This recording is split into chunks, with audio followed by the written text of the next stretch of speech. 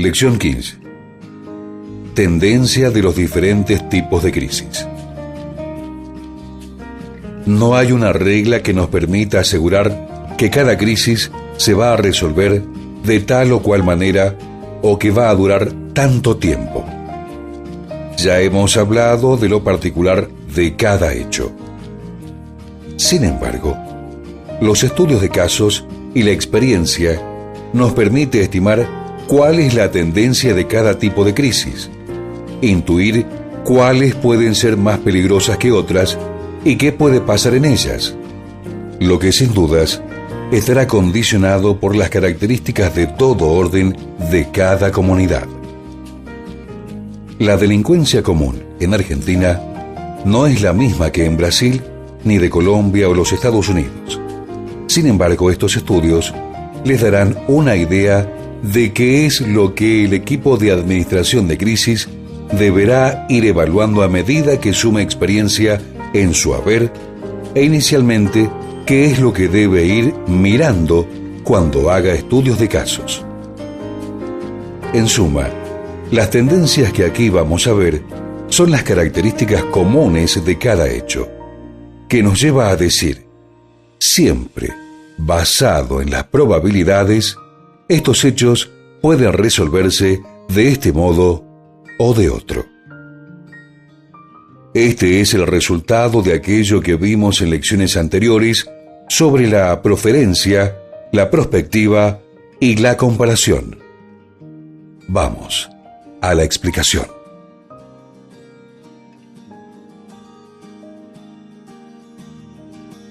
Watson Consultores presenta Seminario Virtual de Gerenciamiento y Administración de Crisis de Alto Riesgo y Negociación para la Liberación de Rehenes, Nivel 1.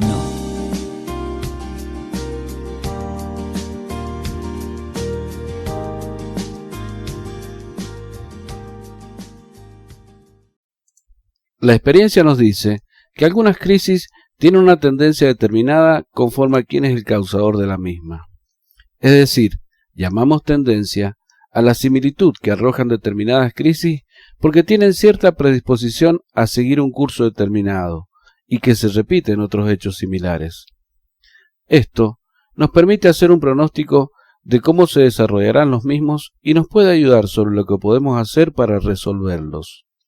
De hecho, la clasificación que hemos realizado a lo largo de este seminario sobre los sospechosos se basa en que cada uno de ellos causa una crisis que tienen similitudes en cuanto a su devenir, y estos son las tomas de rehenes por delincuentes comunes, los atrincheramientos de sospechosos, los incidentes con trastornos mentales, los intentos de suicidio, los motines carcelarios y los incidentes terroristas. Hemos agregado también, porque lo consideramos de utilidad, una pequeña incursión en los hechos generados por psicópatas, ya que estos, si bien es cierto no tienen trastornos mentales, ameritan sean consideradas su posible conducta debido a su peligrosidad. Veamos, las tomas de rehenes por delincuentes comunes. Generalmente son situaciones espontáneas, sin planificación previa, y ocurren cuando son sorprendidos en el curso de otro delito. Por lo general, la situación puede ser explosiva al comienzo. En el inicio, hay un peligro real y concreto sobre la vida de los rehenes, ya que los sujetos actuarán alocadamente. Sin embargo, el paso del tiempo permitirá que disminuyan la tensión. Mientras más dura la crisis, más se reducen las posibilidades de muerte de los rehenes, salvo que los sujetos tengan una conducta ya comprobada de violencia o se den aquellas circunstancias que mencionamos como indicadores de violencia, como por ejemplo el consumo de alcohol o drogas. O pueden ser delincuentes de los denominados ladrones de gatillo fácil, y esto es digno de tener en consideración por el comandante. La mayoría de los hechos devienen de asaltos frustrados con persecución policial y en algunos casos enfrentamientos armados, de ahí que al inicio sean crisis muy violentas. Se debe actuar con prontitud, pero sin presiones del paso del tiempo. La policía debe permitir a los sospechosos que descarguen su ira.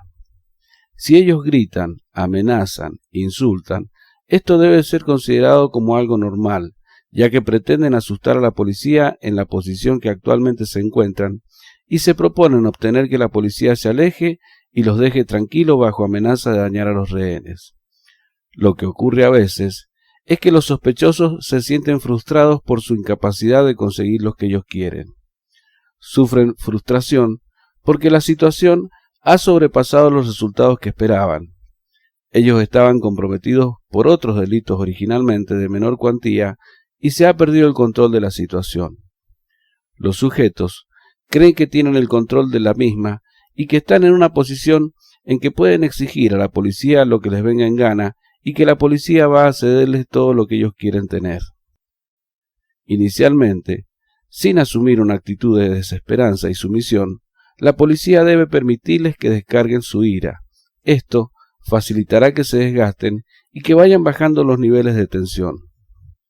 La adrenalina que los individuos desalojan en los primeros minutos es mucha, y esto hace que el paso del tiempo haga que decaigan los niveles de agresividad y de violencia.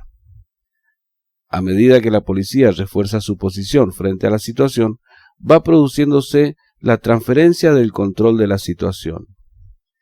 Este cambio de poder y mando debe ser paulatino, ya que la situación no debe ser forzada, porque los primeros minutos son realmente peligrosos. Los sujetos se sentirán poderosos a pesar de su frustración interior. En los Estados Unidos es conocido un caso donde un negociador desafió a un captor que le exigía que hiciera lo que él pedía porque él tenía todo el poder. El sujeto se quería imponer a toda costa y el negociador lo subestimó diciéndole: «Demuéstrame que tienes el poder», y el sospechoso mató a un rehén. El negociador se sintió culpable por el triste episodio que causó y renunció a su trabajo. La mejor postura al inicio de la crisis y mientras se desarrolla el preludio de la negociación es que se les debe hacer saber que la policía no los dañará si los rehenes no sufren daños. Salvo sus problemas culturales y tendencia a la violencia, generalmente son individuos que con el tiempo piensan de una manera racional. Generalmente toman rehenes para negociar su libertad y los medios de escape. Sus demandas, en casi todos los casos, se concentran en un vehículo, más armas, chalecos antibalas, la presencia del juez, las garantías de las cámaras o cosas similares.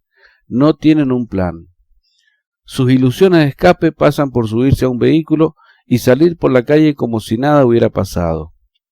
Aunque no lo demuestran, son individuos que en el fondo se sienten temerosos de que la policía ingrese al lugar y los mate o los capture, y ellos no quieren un enfrentamiento. Ese temor no debe ser aumentado con la presencia de muchas patrullas o policías en el lugar, porque el miedo puede llevarlos a cometer un acto de violencia. Estos incidentes normalmente duran de 2 a 6 horas. Cuando estos episodios prolongan su duración más de ese tiempo, deberá evaluarse y reevaluarse el curso de la negociación porque sin dudas o hay otros intereses ocultos o el negociador no tiene el poder de persuasión suficiente frente al sujeto. Es imprescindible conocer los antecedentes de violencia de los sospechosos, sobre todo con el uso de armas. Si en los primeros minutos hay indicadores de violencia, debe valorarse el uso de la fuerza. No hay que ser ni temerarios ni temerosos en el uso de la fuerza, por lo menos al inicio de la crisis en los primeros 15 a 45 minutos, que son los momentos en que la tensión está en su mayor apogeo. Con el paso del tiempo, la tarea del negociador, si tiene experiencia, le resultará relativamente fácil. Por esta razón, son más fáciles de manejar que otras crisis, dadas las características de los hechos. Cuando hay atrincheramiento de sospechosos, dijimos que no hay rehenes. Por lo tanto, los sujetos suelen ser reticentes a la negociación. Las situaciones de atrincheramiento de sospechosos generalmente se dan cuando se realiza un allanamiento que es resistido o cuando debe procederse a la captura de algún sujeto en su domicilio, y el individuo, valiéndose de su condición de encontrarse en un lugar de difícil acceso y con el empleo de armas, se resiste. También pueden ocurrir luego de una persecución cuando los individuos alcanzan un lugar donde se atrincheran luego de cometer algún delito. Es muy importante hacer inteligencia sobre el lugar, si el sujeto conoce el mismo o no, si tiene disponibles alimentos en el interior, si hay otras personas que puedan tomar como rehenes, aunque sean familiares. Toda esa información es útil. Es necesario cortar los servicios básicos de luz, agua, gas, teléfonos, etc. Es necesario determinar qué tan peligrosos son los sujetos y evaluar el tipo de armas que los mismos tienen o argumentan tener. Por lo general, son individuos que actúan en solitario. Estos sujetos generalmente se concentran en los medios de escape y actúan irracionalmente para lograr escapar, ya que saben que si se logra su detención, su libertad se verá comprometida por algún otro delito que motiva su captura. Por esta razón, deben evitarse las negociaciones cara a cara, por cuanto es un riesgo innecesario en estos casos. Lo mejor es realizar una negociación a la distancia con megáfono o bajo cobertura. No es conveniente negociar por teléfono, porque entonces no sabremos qué es lo que hacen, ni los forzaremos a que se muestren a la autoridad y reforzarán su posición de atrincheramiento. Los francotiradores pueden actuar cuando tengan la oportunidad de desarmar al sujeto con un disparo sobre sus miembros superiores o arrebatarle un arma de las manos. Suelen terminar con una irrupción en el lugar, por eso es una buena estrategia entretenerlos con la negociación para planear un ataque al lugar si se presenta la oportunidad. Por lo general, ven a la policía y al negociador como sus enemigos acérrimos. No hay que apresurarse. Si el sujeto no tiene rehenes, no dañará a nadie y no escapará.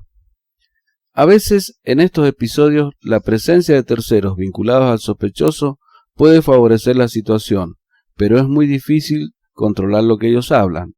Lo mejor es que el negociador haga de interlocutor para que el sospechoso sepa que esta persona está ahí y que le pide que sea razonable.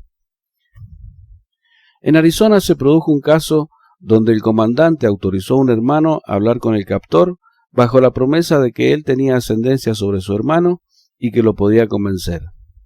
Cuando le permitieron el diálogo, el hermano le dijo: Sigue, nosotros hemos visto lo que sucede por televisión y estamos contigo. Se podrán imaginar el retroceso que esta declaración del hermano tuvo sobre el incidente al sentirse el individuo respaldado por los suyos. No hay que pedirle que se entregue, porque el sujeto probablemente reforzará su posición. Hay que hacerle saber que la policía está ahí para actuar y que está dispuesta a utilizar la fuerza en caso necesario, haciéndole ver la situación desventajosa en que se encuentra, pero sin forzar la situación. No se deben utilizar amenazas que no se cumplirán, ni establecerse plazos fatales, pero sí se debe hacer ver que la policía lo supera en número y que su ventaja está en evitar el enfrentamiento. El negociador debe actuar para garantizarle la confianza del sujeto en el sentido que está ahí para ayudarlo a evitar ese desenlace. Cuando el hecho se prolonga en el tiempo, suelen finalizar con una irrupción en el lugar. En este caso, las negociaciones deben estar orientadas a facilitar las operaciones tácticas y ganar tiempo para que los tácticos se preparen para ejecutar un plan bien elaborado. Esto lo veremos en capítulos siguientes. Hay que ser cuidadosos cuando estos insinúan que no tienen nada que perder, porque pueden cometer suicidio o provocar a la policía para que los mate. Muchos individuos prefieren estar muertos antes que ir a la cárcel. Los casos de trastornados mentales pueden ser de diverso tipo. Las personas con trastornos mentales pueden venir de una crisis reciente o presentar un problema psicológico de larga data. Muchas personas con alteraciones mentales no ejercen el autodominio, es decir, no están razonando. Algunos tienen una actitud peligrosa hacia ellos mismos, la sociedad y todos sus miembros. Ellos no aprenden de la experiencia, son refractarios a las amenazas. A veces no comprenden la situación en que se encuentran y no comprenderán de ninguna forma que la policía los supera en número.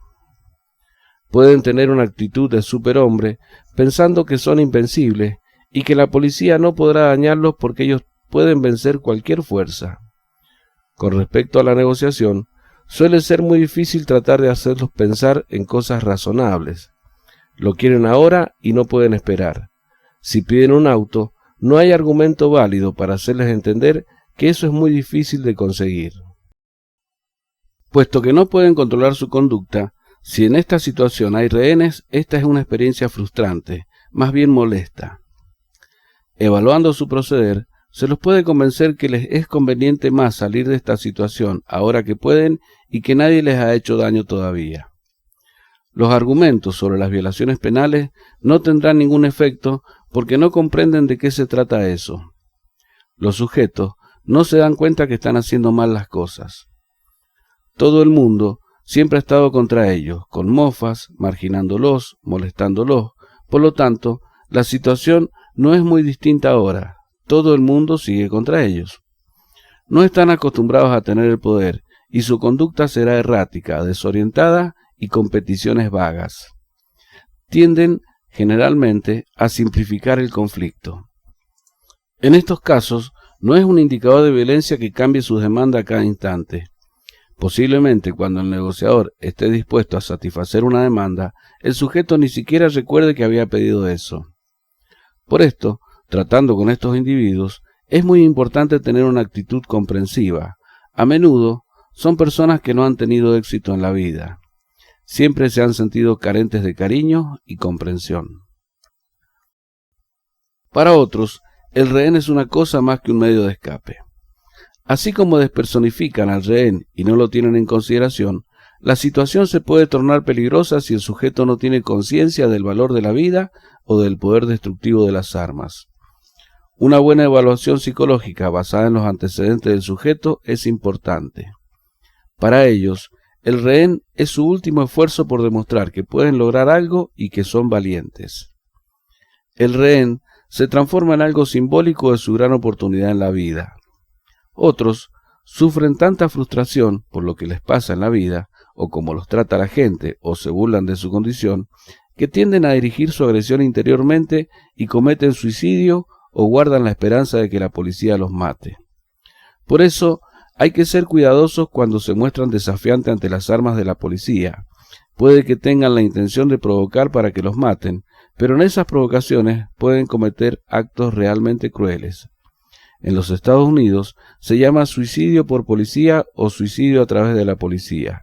El sujeto provoca para que lo maten porque ese es su deseo interior. Hay que ser cuidadosos con los brotes de los esquizofrénicos, porque generalmente estos no tienen evolución favorable. Son enfermos que en cada crisis se empeoran y no hay retroceso. En cada crisis el esquizofrénico se vuelve más violento aún. Tratando con esquizofrénicos, puede tratarse de sujetos que tenían un problema mental, pero eran queridos en su barrio, en la escuela, porque eran individuos muy buenos, inclusive cariñosos, dulces, pero a medida que van agravando su condición, en algunos casos se vuelven más violentos y no hay marcha atrás en su enfermedad. Con cada crisis se vuelven más peligrosos. El esquizofrénico puede sentir cierto placer incluso de su propia dificultad, o por el contrario, sentirse muy frustrado. Su conducta será incierta ahora que es importante y es el centro de atención. Él sentirá que está en una posición que es única en su vida. Las crisis con enfermos o trastornados mentales suelen ser las más difíciles de negociar. Generalmente representan muchas horas de trabajo y negociación. Mientras los sujetos no estén amenazando o pendientes de los rehenes, la crisis se puede manejar. El diálogo permite que el trastornado desaloje mucha energía física y psíquica y en el futuro bajará sus niveles. La respuesta apropiada de la policía es contener, pero a su vez minimizar la presencia de policía frente al agresor para evitar las situaciones de enfrentamiento, porque él desafiará a la policía dado que no es consciente del peligro que enfrenta. Los psicópatas presentan un perfil distinto. Por lo general son sujetos inteligentes y tienen conservado el juicio crítico. Cuando al negociador le digan que está frente a un psicópata, no debe pensar que está tratando con un enfermo mental, de ningún modo. Los psicópatas comprenden perfectamente la diferencia entre el bien y el mal, pero no tienen remordimientos. Tampoco sienten culpa. Al carecer de empatía, no suelen compadecerse de lo que les está pasando a otras personas. Muchos de ellos tienen una maldad innata. Pueden tratar de jugar con el negociador haciéndose pasar por locos, pero por lo general todas sus palabras, movimientos y actitudes están perfectamente calculados. Son individuos que piensan con mucha frialdad, pero eso no los hace menos inteligentes, al contrario, suelen ser individuos con una inteligencia superior a la media, por lo tanto, especulan con todo lo que sucede alrededor para sacar partido. Por ningún motivo se les debe mentir o tratar de engañarlos, porque eso los pondrá furiosos. No todos los psicópatas son delincuentes, hay psicópatas en todas partes, pero cuando un psicópata está dispuesto a cometer un acto delictivo, su comportamiento puede ser atroz. No actúan por instinto, sino que su proceder es el resultado de un plan muy bien elaborado. Es muy difícil, si no imposible, llegar a sus sentimientos, porque son refractarios a los sentimientos básicos. No tienen sentido de la solidaridad, del amor ni de la compasión. No son personas empáticas. Son emocionalmente inestables y pueden tornarse muy violentos, pero no están actuando producto de una locura. Pueden ser sujetos muy irritables o, por el contrario, especuladores y esperarán el momento justo para hacer una maldad. Un psicópata que está en silencio y actúa tranquilamente es tan peligroso como un sujeto que está gritando y actuando violentamente, porque su mente puede estar elaborando un plan macabro que lo llevará a cabo cuidadosamente en el momento oportuno. Se debe ser cuidadoso con eso. Que el psicópata no esté actuando bajo la presión de la tensión, con nerviosismo ni violencia extrema, no es un indicador de que el sujeto no cometerá un acto violento extremo. Generalmente son individuos solitarios y no tienen vínculos afectivos. Por otro lado tenemos las amenazas de suicidio. Constituyen las crisis más difíciles de manejar desde el punto de vista de la negociación, aunque no involucren peligro para terceros. Una persona que quiere suicidarse es porque no quiere vivir más, porque no tiene motivos para vivir, y es muy difícil encontrar un punto de motivación cuando ellos ven que toda su vida se ha derrumbado por cualquier causa. El estudio de la psiquis del suicida es muy importante y es imprescindible conocer los antecedentes del caso. El equipo de inteligencia deberá ubicar y entrevistar a los familiares, su mejor amigo o amiga, compañeros de trabajo, y hacer una breve historia de la vida del sujeto para tratar de conocer qué es lo que ha llevado a tomar esta decisión. El psicólogo deberá entrevistarse también con estas personas para formarse una idea de cuál es la situación del sujeto. Aquí el negociador deberá ser empático y ponerse en los zapatos del individuo para tratar de entender qué es lo que pasa por su cabeza ahora, y esto puede hacer que el negociador se vea emocionalmente afectado. En el punto en que se haya llegado a los sentimientos del potencial suicida, el negociador deberá hablar francamente acerca de la muerte. Preguntarle al sujeto qué piensa que ocurrirá si él muere, qué pasará con sus seres queridos, hacerle entender que ese camino no tiene marcha atrás.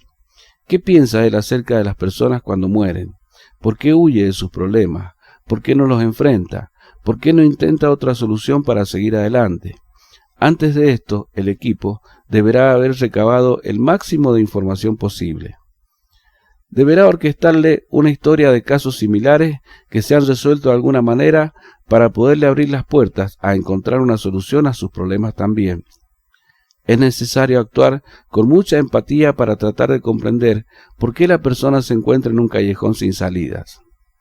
En la bibliografía tendrán algún material sobre distintos tipos de trastornos como la depresión que suelen sufrir estas personas. Son eventos de larga duración y difíciles de resolver. Por otro lado tenemos los conflictos carcelarios, los cuales pueden ser de diverso tipo. Estas crisis o conflictos ocurren en casi la mayoría de las cárceles y a veces son extraordinariamente peligrosos. Tienen su inicio por diversos motivos.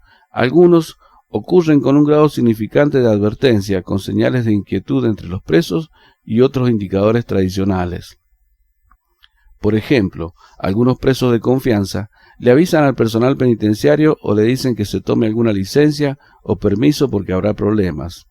Otros ocurren impensadamente como un juego de tirar bolas de nieve, donde un episodio insignificante comienza a enfervorizar y exaltar los ánimos hasta terminar en una batalla campal. Finalmente, están aquellos que no tienen aviso previo y que han sido cuidadosamente planeados. En 1995, el Instituto de Justicia Delictiva de los Estados Unidos calificó los conflictos carcelarios en dos grandes tipos, según involucren episodios sin o con armas. Dentro de los primeros, tenemos los episodios de alborotos, que consisten en desórdenes, peleas o reyertas y desobediencias de la comunidad carcelaria. También encuadran en esta clasificación los disturbios carcelarios que involucran, además de lo anterior, daños en las instalaciones con atrincheramiento de los presos y dificultades para controlarlos por su resistencia física a la acción de la autoridad. Los conflictos con armas, generalmente de fabricación artesanal, involucran los motines, donde hay una toma del mando momentánea por parte de los revoltosos y que involucran lesiones e incluso muertes. Por último, en esta clasificación tenemos los motines con rehenes, donde se verifica el intento de fuga y la exigencia de demandas con la amenaza condicionante del uso de la fuerza sobre los mismos. Los conflictos generalmente evolucionan de una manera muy similar. Hay un conflicto que se mantiene latente, permanece estable, pero hay un clima de peligro que se puede desatar en cualquier momento. Pequeños grupos que se aíslan y se enfrentan con otro o cosas por el estilo. Luego se inicia la crisis, que puede ser cualquiera de las ya mencionadas. Producida la misma, hay una búsqueda de equilibrio de poder, muchas veces por el uso de la fuerza, ya que muy pocas veces se utiliza la negociación y de ello deviene la resolución.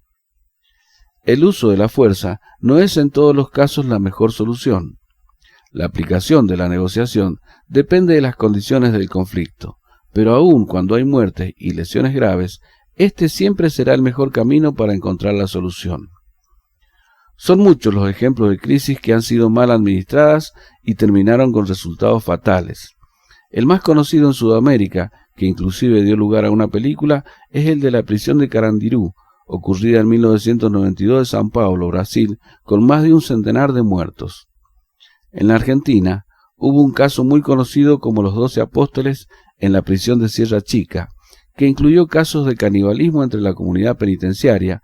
Luego de haber tomado rehenes, mataron a algunos internos y los hicieron empanadas para distribuirlas entre la población penitenciaria.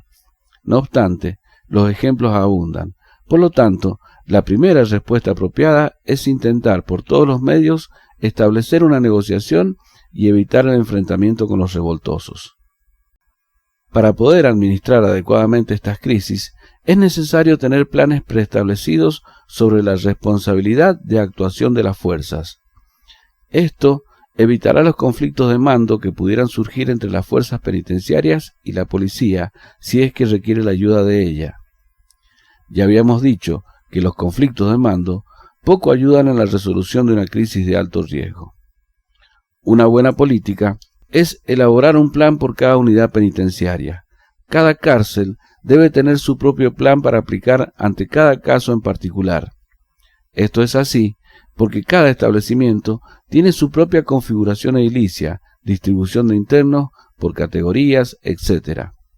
Igualmente, hay motines cuya resolución puede requerir varios días. Generalmente en los días de festividades y fines de año se incrementan las posibilidades de motines. Nuestro grupo actuó ante un motín ocurrido en la provincia de Mendoza, en Argentina, conocido como el motín vendimial, que se produjo justo cuando se llevaba a cabo en el centro de la ciudad una festividad popular muy conocida y donde algunos reclusos tomaron más de 20 rehenes entre agentes penitenciarios y civiles. El hecho ocurrió cuando algunos artistas concurrieron a dar un espectáculo a la comunidad penitenciaria en el patio de la cárcel, y esto fue aprovechado por varios reclusos que tomaron rehenes entre las personas y también a los agentes penitenciarios encargados de la seguridad interna. El episodio duró 56 horas continuas, donde actué como negociador principal y logramos rescatar a todos los rehenes ilesos. Siempre los motines son casos muy difíciles de manejar, ya que la negociación se ve afectada por el gran número de interlocutores. A veces se forman distintos frentes con demandas distintas. Mientras algunos intentan obtener los medios de escape, otros demandan solo mejoras en el trato o el cumplimiento de los requisitos legales o condonaciones de pena, etc. El paso del tiempo puede jugar un doble papel. Por un lado, permite organizar a los revoltosos o pedirles que formen una comisión y entreguen un petitorio escrito que podrá considerarse o no. Pero también permite que a medida que pasa el tiempo, refuercen su posición, se fortifiquen, se organicen y vayan aumentando sus demandas paulatinamente. Deben utilizarse procesos de búsqueda del equilibrio del poder de manera no coercitiva para producir los ajustes que desemboquen en un convenio razonable. En estas situaciones, los daños a las instalaciones son inevitables, pero se debe ser cauteloso cuando los reclusos han tomado rehenes, porque en ocasiones pueden ser realmente inhumanos e incluso sanguinarios en el trato con los mismos. No solo pueden producir la muerte de las personas, sino someterlos a torturas realmente espantosas. En la Argentina, se produjo un sangriento motín en la unidad penal número 2 de Sierra Chica, que como ya dijimos, incluyó el canibalismo y duró más de una semana. Este motín ocurrió en Semana Santa el sábado 30 de marzo de 1996 en horas de la tarde, cuando 13 presos intentaron fugarse por la entrada principal y se enfrentaron con la guardia. En ese intento, uno de los internos murió, por lo que los restantes fueron conocidos desde entonces como los 12 apóstoles. En la refriega, tomaron rehenes, entre los que se encontraban 13 guardias y 2 pastores evangélicos, y más de 1000 reclusos se plegaron al levantamiento. El primer error en la administración de la crisis se evidenció cuando el juez en lo criminal y correccional de Azul, la doctora María Mercedes Malere, y el secretario ingresaron para negociar. Ambos fueron tomados como rehenes también. Al poco tiempo, se originaron conflictos en establecimientos penitenciarios de Olmos, Azul, La Plata, Dolores, Batán, Los Hornos, Bahía Blanca y San Nicolás. De todas formas, las escenas más violentas se vivieron en Sierra Chica. 8 personas fueron asesinadas y luego incineradas en el horno del penal y sus cuerpos no han sido hallados. También hay testimonios que los cuerpos fueron picados y se hicieron empanadas con las cuales alimentaron a los rehenes para hacerlos desaparecer. En estos casos tenemos 3 alternativas de actuación: la resolución táctica, la negociación o la solución de espera. La primera de ellas significa el enfrentamiento directo con los revoltosos e involucra un gran peligro de muerte o lesiones para ambas partes, ya que habrá resistencias. En estos casos hay que ser cuidadosos en considerar los principios estratégicos de superioridad y oportunidad, ya que si la comunidad amotinada supera en número a las fuerzas policiales, ésta debe responder con una gran preparación, planes y ensayos sobre las tácticas a aplicar para paliar la situación. La acción debe ser rápida, decidida y precisa. La segunda es la alternativa de la negociación. En algunos casos, inclusive cuando han sucedido algunas muertes, la negociación todavía puede ser la alternativa más viable para solucionar estos conflictos, ya que se evitan los enfrentamientos. Deben existir condiciones que permitan ir tomando paulatinamente el poder de la situación para ir ganando terreno sobre las instalaciones. En estos casos, la negociación debe ir apoyada por acciones tácticas que presionen la resolución del conflicto. Por último, tenemos la solución de espera, que por lo general involucra grandes pérdidas económicas por los daños que pueden causar los presos. Aquí, la actuación de las autoridades se limita a la contención y la espera que el conflicto se solucione por sí solo. Generalmente, se aplica cuando no hay rehenes y están asegurados los dispositivos para evitar fugas masivas. En los casos de terrorismo, diremos que según el FBI, el terrorismo es el uso ilegal de la fuerza o violencia contra personas o propiedad para intimidar o coercer a un gobierno, población o cualquier segmento de éste en ventaja de metas políticas o sociales. Los terroristas, por lo general, organizan ataques a personas, situaciones o eventos de interés nacional o internacional. Por lo general, en los episodios donde hay rehenes y demandas formuladas para obtener la liberación, el deseo del terrorismo, en cualquiera de sus formas, es enfocar la atención de los medios de comunicación y obtener publicidad sobre sus motivaciones o el apoyo popular. Los sospechosos toman rehenes con el intento de conseguir publicidad para su causa y, en algunos casos, para exigir la liberación de miembros del grupo encarcelados, y utilizan todos los medios para crear una certera cobertura de los medios de comunicación, inclusive a nivel mundial. En las operaciones de este tipo hay que considerar la posibilidad de apoyo moral y operacional externo. De acuerdo a Dwayne Fuselier y Gary Noesner del FBI en su trabajo titulado Confrontando con el secuestrador terrorista, ellos opinan que una vez que el asunto ha estado lejos de un sistema de apoyo durante días o semanas y el agotamiento emocional y físico comienza, esta persona puede aceptar más la razón presentada por el negociador. Por su parte, Thomas Trenz afirma en un boletín del FBI del año 1987 que el perfil psicosocial del terrorista había cambiado desde los años 80, en alusión a que no eran sujetos tan inteligentes en elaborar sus tácticas de terror, situación que cambió dramáticamente a partir de los episodios ocurridos el 11 de septiembre en los Estados Unidos. Ellos habían subestimado a los terroristas a raíz de algunos episodios de secuestros de aeronave que evidenciaban una escasa preparación e inteligencia de sus causadores, como por ejemplo un episodio donde secuestraron un avión Boeing y al llegar a la punta del avión, con intenciones de reducir a la tripulación, se encontraron con que no había nadie, ya que éstas tienen el puesto de mando en un segundo nivel que los secuestradores ignoraban.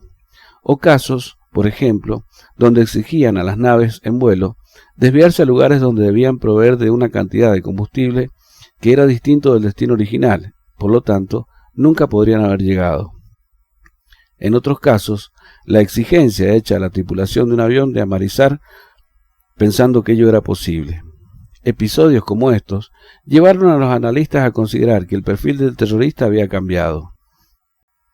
De acuerdo con John Strayton, en su obra El acto terrorista de toma de rehenes, una vista de la violencia y los perpetradores, afirma que los terroristas sociales, políticos o religiosos son más difíciles de trabajar debido a su compromiso. Sin embargo, la negociación con captores políticos y religiosos ha tenido éxito. A niveles del terrorismo doméstico o nacional, en cualquier país, deben efectuarse estudios de casos y análisis de inteligencia para determinar planes y causas, como así establecer un modus operandi que por lo general es particular de cada región. En Centroamérica, por ejemplo, la modalidad más aplicada por estas organizaciones delictivas consiste en el secuestro y prácticamente han abandonado la toma de rehenes como un medio de coerción. Cualquiera sea el caso en los incidentes terroristas, es imprescindible conocer la ideología. En algunos casos, los episodios pueden requerir gestiones diplomáticas. Son incidentes de duración incierta, como ocurrió en el Perú, con la toma de la Embajada de Japón. La intencionalidad es causar impacto en la sociedad. Por lo general, los incidentes han sido bien planeados. Los grupos seleccionan un blanco como rehén que los ayudará a publicitar su causa. Usan armas y explosivos para potencialmente tener éxito y demostrar también su poderío y organización. Muchos fanáticos tienen convicciones profundas sobre la rectitud de su causa. Los terroristas religiosos piensan que sus actos les aseguran premios en el cielo y si matan, lo consideran una causa santa. Si se utiliza la fuerza, estas operaciones generalmente terminan con muertos de ambos lados, como ocurrió en las Olimpiadas de Múnich con la organización Septiembre Negro en 1972, o en el aeropuerto de Malta, donde actuó un grupo de la organización Abu Nidal. Todos estos ejemplos clásicos de lo complejo que resulta planificar operaciones de rescate mediante el uso de la fuerza y que han tenido como resultado grandes cantidades de muertos y heridos. Incluso en la operación Chavín de Guantar de la Embajada de Japón en el Perú, que fue obra de un sobresaliente plan, pero que también tuvo víctimas que lamentar a pesar de lo exitoso de la operación según la prensa internacional. Desde el punto de vista de la negociación, son episodios difíciles de manejar. El negociador no deberá discutir sobre las motivaciones y las causas de los terroristas, porque seguramente el sospechoso sabrá más que él sobre eso. Las negociaciones deben centrarse en atender algunas demandas y procurar obtener información sobre qué es lo que piensan hacer. Los plazos fatales, o ultimátum, deben evitarse, ya que muchas veces los terroristas están dispuestos a utilizar la fuerza contra los rehenes para obtener concesiones. Esto ocurrió en Malta, por ejemplo, donde comenzaron a ejecutar rehenes cada 15 minutos para obtener más combustible para salir del lugar. lejos de lo que opinaba el FBI, hay que considerar que los terroristas tienen mucha habilidad para manejar la negociación, porque ellos saben qué esperar de las autoridades. Muchos fanáticos tienen convicciones profundas sobre la rectitud de su causa, pero en algunos casos es posible crear dudas sobre sus medios o las circunstancias pueden permitir enfrentar a un miembro contra otro para influir negativamente en el grupo. Los terroristas son especulativos de los medios de comunicación que son más sofisticados, son conscientes que la violencia les traerá publicidad. Como estrategia, aumentarán más las dificultades para liberar un rehén. A los ojos de ellos, el rehén es un representante del Estado digno de morir si no se cumplen sus demandas. El rehén es una cosa, pero tiene importancia para causar impacto. No asuma que la muerte de un rehén implicará el uso de la fuerza inmediata. Esto no es así. Las negociaciones deben continuar después de una matanza terrorista. Esta todavía puede ser la mejor manera de lograr éxito, sobre todo si se están considerando acciones de asalto o se está preparando un rescate táctico. El aislamiento absoluto es la mejor garantía de evitar cualquier tipo de apoyo moral u operacional. Con el paso del tiempo, la resolución de morir por su causa disminuye y ocurren errores. Aproveche esto como ventaja táctica. Hasta aquí hemos desarrollado cuál es la tendencia en algunas crisis que se han presentado. De esta lección es importante considerar lo que hemos dicho sobre los delincuentes comunes y los casos de suicidio, que son los casos que más comúnmente se pueden presentar. Sin embargo, es recomendable que cada administración de policía realice estudios retrospectivos de casos similares para ir determinando cuál es la tendencia de las crisis que se presentan en su localidad.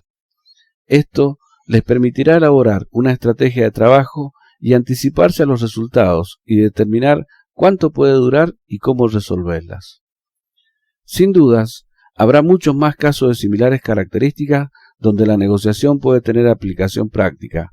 Por lo tanto, también es recomendable que cada policía identifique cuáles son las crisis que se han ido presentando en su localidad, para de esta manera poder elaborar una estrategia de trabajo más acorde a lo que se presume que puede ocurrir. En la siguiente lección, iremos entrando en el estudio de la negociación haciendo unas pequeñas comparaciones entre un episodio administrado conforme a las operaciones hasta aquí aplicadas en la mayoría de los casos y uno administrado de acuerdo a estos conceptos que hemos estudiado, lo que también nos servirá de repaso de lo visto. De todas formas, en la segunda parte, volveremos sobre estos temas a medida que vayamos desarrollando las distintas estrategias de negociación.